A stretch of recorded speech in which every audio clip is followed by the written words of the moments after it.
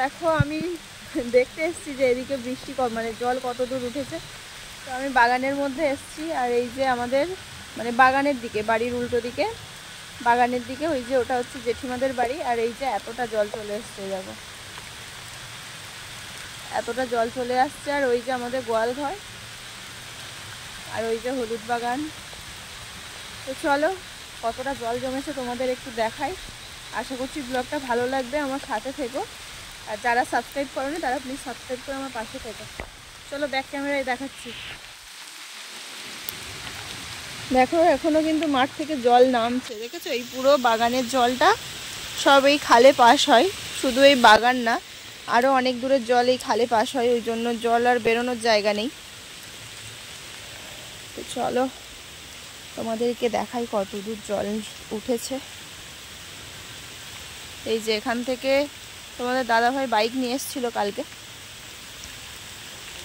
পুরো ওই সাইডটা মানে জল, পুরো ওই যে রাস্তা দেখা যাচ্ছে না, পুরো অত দূর জল। ওদিকে আর গেলাম না, কেননা বৃষ্টি হচ্ছে আর আমি ভিজছি বৃষ্টিতে, ছাতাও নিয়ে আসিনি। তো এই দেখো এত দূর জল এসছে, আর এখান দিয়ে যাওয়া যাবে না, আমি যাব এইখান থেকে। দাঁড়াও জুতোটা খুলে নি, পুরো হাঁটু সমান জল। আর এই হচ্ছে আমাদের গোয়াল ঘর, পুরো হাঁটু সমান জল উঠে গেছে। এই যে জুতো খুলে হাতে নিয়ে নিলাম,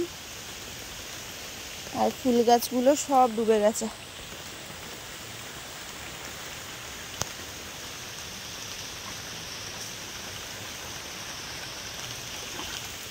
কতটা জল দেখো। দেখো আমাদের গোয়াল ঘরে জল উঠতে কিন্তু আর এক হাত মতো বাকি রয়েছে, এক হাতেরও কম। তো এই দিকটা একটু বেশি অন্ধকার, আর ওই জন্য সেভাবে তোমাদের সাথে শেয়ার করতে পারছি না, যেহেতু আমার ফোনে ফ্ল্যাশ চালানো আছে তাও অন্ধকার লাগছে। আর কাঠঘুটের যে ঘরটা ছিল না, যেখানটায় ঠাকুর ঘর হয়েছে, আগের ভিডিও দেখলে বুঝতে পারবে। তো ওই কাঠঘুটেগুলো তো আর পুড়িয়ে ফেলা সম্ভব না, অতটা কাঠ পাতা। তো তাই জন্য গোয়াল ঘরের ধারে নিয়ে চলে আসা হয়েছে, এখানে একটা ঘর মতো করে ওখানেই রাখা হয়েছে। আর এই দেখো মুরগি ঘরের দৌড়ে কিন্তু জল হয়ে গেছে। এই যে এই সাইডেও একটা মুরগি ঘর, দেখো দুটো মুরগি ঘর, তো দুটো মুরগি ঘরের দৌড়েই জল, মুরগিও বের করা যাচ্ছে না, সব ঘরের ভিতরেই আটকানো রয়েছে। তো যাই হোক চলো। আর এই যে বড়দাদের ছাদের জল যায়, তো আর এই পাইপটাও ইদানিং দেওয়া হয়েছে। আর তোমাদের দাদাভাই যে এইখানটায় স্ল্যাবটা দিয়েছিল সেইটার উপরেও কিন্তু জল এসে গেছে। আর এই জায়গাটা না বেশি গর্ত, কেননা এইখানটায় এই ছাদের জল গিয়ে গিয়ে পুরো মাটি ধুয়ে চলে গেছে, ওই জন্য এই জায়গাটায় পুরো এক হাঁটুর উপরে জল। আর এই যে দেখো এই গাছটায় সবে দুটো ফুল এসছে, গাছটা মরতে মরতে বেঁচে উঠেছে জানো। আর সেই গাছের গোড়ায় জল চলে এসছে। তোমাদের দাদাভাইকে বললাম গাছটা তুলে দিতে, দেখি একটু পরে যখন বাজারে যাবে তখন তুলে দিতে বলবো। আর এইদিকে দেখো পুরো সব জায়গাতেই জল, শুধু আমাদের ওই গলিটাতে একটু জল কম আছে, আর ওই যে উঠোনে একটু জল কম আছে বর্তাদের।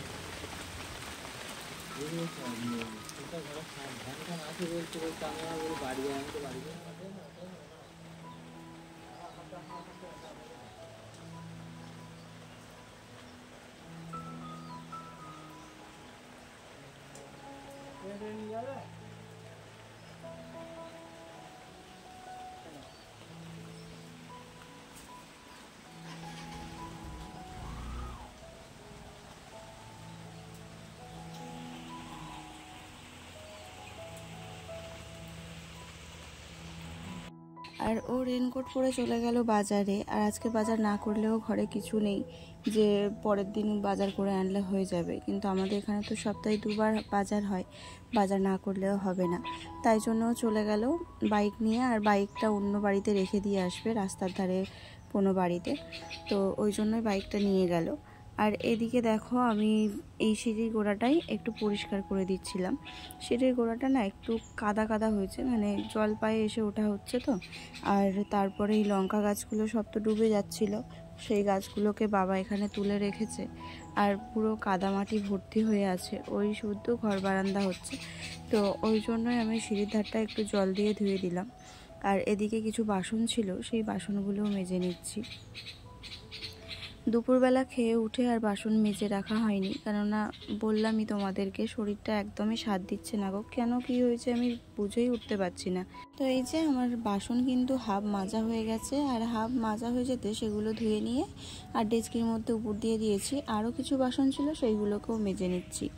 অল্প জায়গায় বেশি বাসন হলে এই রকম ভাগ ভাগ করে মেজে ধুয়ে নিলে অনেকটা সেভ হয়, মানে তাড়াতাড়ি ধোয়া মাজা এগুলো হয়ে যায়। আর যেহেতু আমার রান্নাঘরের থেকে আমার বেসিনটা অনেকটাই ছোট হয়ে গেছে, ওই জন্যই একটু বুদ্ধি করেই কাজ করতে হয়। যে কোনো কাজ যদি বুদ্ধি করে করা যায় বেশি খাটতে হয় না, আর সময়টাও কম লাগে। তো যাই হোক চলো, আমার কিন্তু সব এখানে মাজা ঘষা কমপ্লিট হয়ে গেছে। আর যে বাসনগুলো ধুয়ে নিয়েছিলাম সেগুলোকেই এখন ডেস্কিতে উপর দিয়ে দিলাম। আর ডেস্কিতে এত বাসন হয়ে গেছে যে এখানে আর ধরছেই না।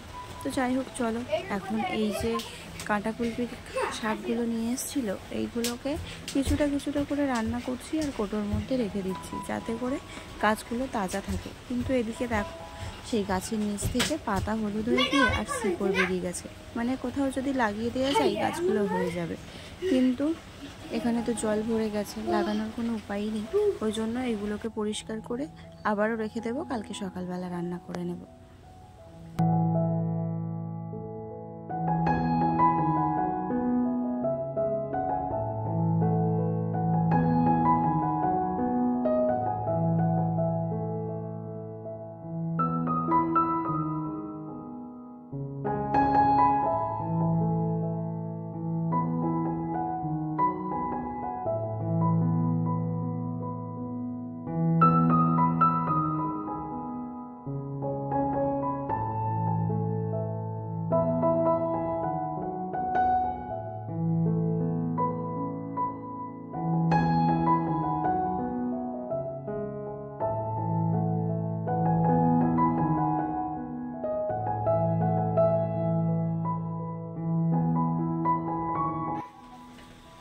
কি হলো? কোথায় যাবো? দেখো আমাকে টেনে টেনে নিয়ে যাচ্ছে কোথায়।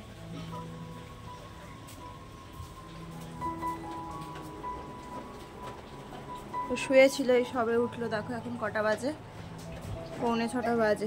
এখন ওর সাথে আমার বিছানায় উঠতে হবে। দেখো তো চলো, ওঠো ওঠো ওঠো, উপরে ওঠো, উপরে ওঠো, ওঠো আগে, ওঠো ওঠো, উঠে পড়ো, উঠে পড়ো। দেখো উঠতে পারছে না এখন, দেখেছো কি হয়েছে? কি চল ঠাম্মার সাথে, ঠাম্মার কাছে বাবা।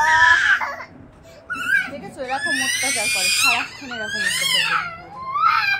এই দেখো কানে তালা ধরে যাবে।